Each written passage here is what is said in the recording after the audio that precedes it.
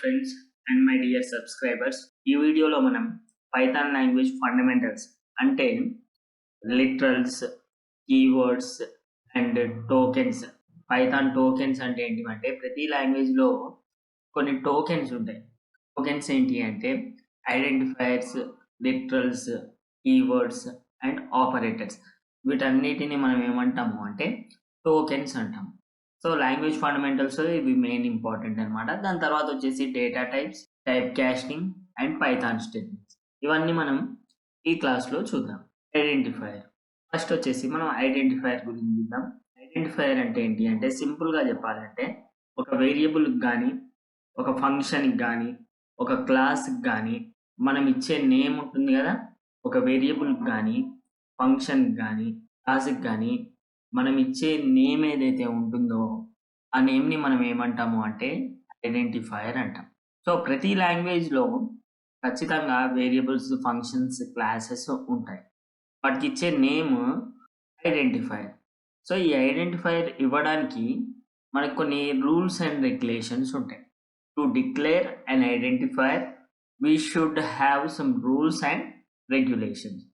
So ఆ rules and రెగ్యులేషన్స్లో ఫస్ట్ది వచ్చేసి it should always start with non numeric character.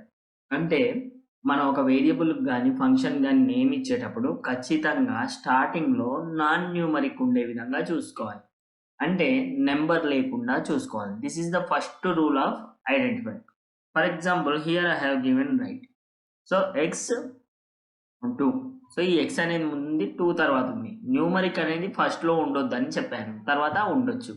Next pi, sigma, mat, add ఇవన్నీ identifier యొక్క names. అది వేరియబుల్ నేమ్ కావచ్చు, ఫంక్షన్ నేమ్ కావచ్చు, ఆర్ క్లాస్ నేమ్ కూడా కావచ్చు అనమాట. Next Python is case sensitive. So what is mean by case sensitive అంటే పైథాన్లో స్మాల్ డి అనేది క్యాపిటల్ డి అనేది different. Small D is not equal to capital D in case sensitive languages. Suppose మనం తెలుగులో కానీ, ఇంగ్లీష్లో కానీ సపోజ్ ఇక్కడ రాహుల్ అనేది ఉంది, ఆర్ అనేది స్మాల్ ఉంది. ఇక్కడ రాహుల్ అనేది ఉంది, ఆర్ అనేది క్యాపిటల్ ఉంది. These both are same in English language, but in Python or C language, these both are different. Small r is not equal to capital R. Small r అనేది capital R అనేది equal కాదు.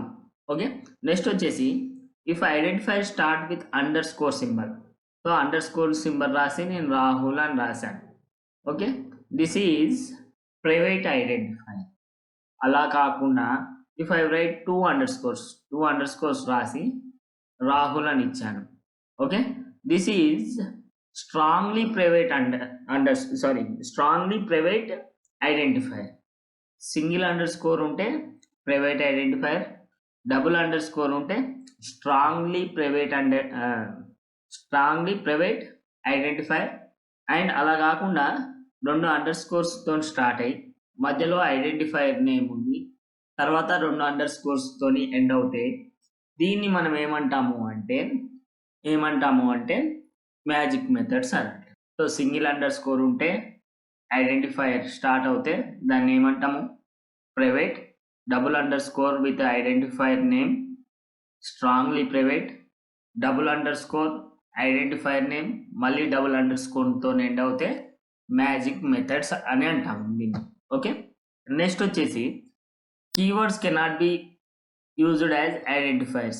మనకు C లాంగ్వేజ్లో టోటల్గా 32 keywords ఉంటాయి. Same like that పైథాన్లో మనకు 35 keywords ఉంటాయి. ఈ 35 కీవర్డ్స్లో ఏ కీవర్డ్ని కూడా మీరు ఐడెంటిఫైయర్గా వాడడానికి లేదు, ఐడెంటిఫైయర్ నేమ్గా వాడడానికి లేదు. First condition it should start with non numeric only. అంటే నెంబర్ కాకుండానే స్టార్ట్ అవ్వాలి, లెటర్స్తో కానీ, ఆల్ఫాబెట్స్తో కానీ, అండర్ స్కోర్తో కానీ. సెకండ్ రూల్ ఏంటి, capital D and small D equal కాదు, 2 డిఫరెంట్ అని చెప్తున్నాం. మూడోది ఏంటి, కీవర్డ్స్. అంటే మనకు పైథాన్లో 35 కీవర్డ్స్ ఏవైతే ఉన్నాయో ఆ 35 కీవర్డ్స్లో ఏది కూడా మనం ఐడెంటిఫైయర్గా వాడడానికి లేదు. Okay, these are the important points related to keywords. ఇక్కడ మనం కొన్ని ఎగ్జాంపుల్స్ చూద్దాం. సో ఇక్కడ 1 2 3 టోటల్ అనేది ఉంది. This is an identifier name. Is it valid identifier name or not అంటే not. Why? I have told that first rule, we should not start with numeric number. An identifier name should start with only non-numeric value. కాబట్టి first the identifier గా consider చేయబడదు. So if you take second one, is it identifier? Yes. Why? It is started with non-numeric. Third one also identifier. Why? It is also started with non-numeric. So this one not an identifier. Why? It is started with 4. So like this identifiers ని మనం గుర్తుపట్టొచ్చు. Suppose ఇది తీసుకున్నాం. So we can say it identifier. అదేంటి, ఇది non numeric నెంబర్తో start కాలేదు కానీ అండర్ స్కోర్తో స్టార్ట్ అయింది. ఐ మీన్ ఆల్ఫాబెట్ కానీ అండర్ స్కోర్తో కానీ స్టార్ట్ అవ్వచ్చు. నెక్స్ట్ డెఫ్, ఇంట్ అండ్ ఇఫ్. ఈ మూడు కూడా ఐడెంటిఫైర్స్ కావు. ఎందుకంటే పైథాన్కున్న 35 కీవర్డ్స్లో ఈ 3 ఉంటాయి కాబట్టి కీవర్డ్స్ని మనం ఐడెంటిఫైర్స్గా వాడొద్దు అని చెప్పుకున్నాం కదా. కాబట్టి this last 3 also not an identifiers, and this is not an identifier, and this is not an identifier.